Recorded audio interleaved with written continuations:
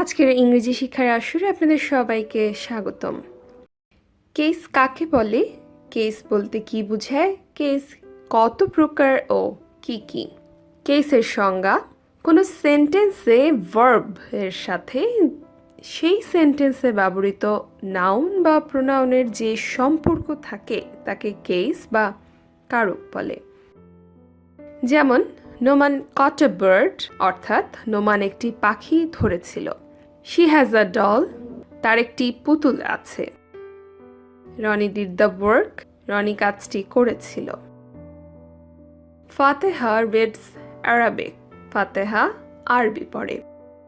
উপরের সেন্টেন্সগুলোর প্রথমটিতে কট ভার্বের সহিত নোমান এবং বার্ডের দ্বিতীয় সেন্টেন্সে হ্যাজ ভার্বের সাথে শি এবং ডলের তৃতীয় সেন্টেন্সে ডিড ভার্বের সাথে রনি এবং দ্য ওয়ার্কের এবং চতুর্থ সেন্টেন্সে রিড ভার্বের সাথে ফাতেহা এবং অ্যারাবিকের সম্পর্ক রয়েছে।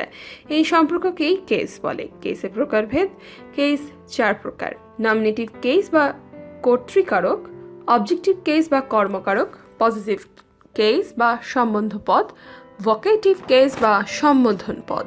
নমিনেটিভ কেস বা কর্তৃকারক হলো যে নাউন বা প্রোনাউন সেন্টেন্সের ভার্বের কার্য সম্পাদন করে তাকে নমিনেটিভ কেস বলে। যেমন ফাতেহা রিডস অ্যারাবিক, ফাতেহা আরবি পড়ে। দে প্লে ফুটবল, তাহারা ফুটবল খেলে।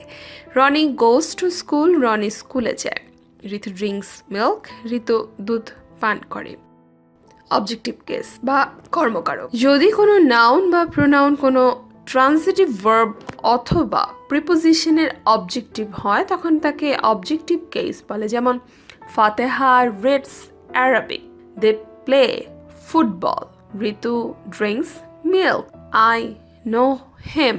পজিটিভ কেস বা সম্বন্ধ পদ: যে সেন্টেন্সে অবস্থিত কোনো নাউন বা প্রোনাউনের সাথে অন্য কোনো নাউন বা প্রোনাউনের যে সম্বন্ধ বা অধিকার প্রকাশ করে তাকে পজিটিভ কেস বলে। যেমন Tania's pen is red, this is Roni's bag.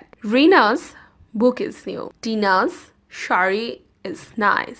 Vocative case বা সম্বন্ধ পদ: যে নাউনকে সম্বোধন করে কিছু বলা হয় তাকে ভোকেটিভ কেস বলে। যেমন হ্যালো, হাউ আর ইউ?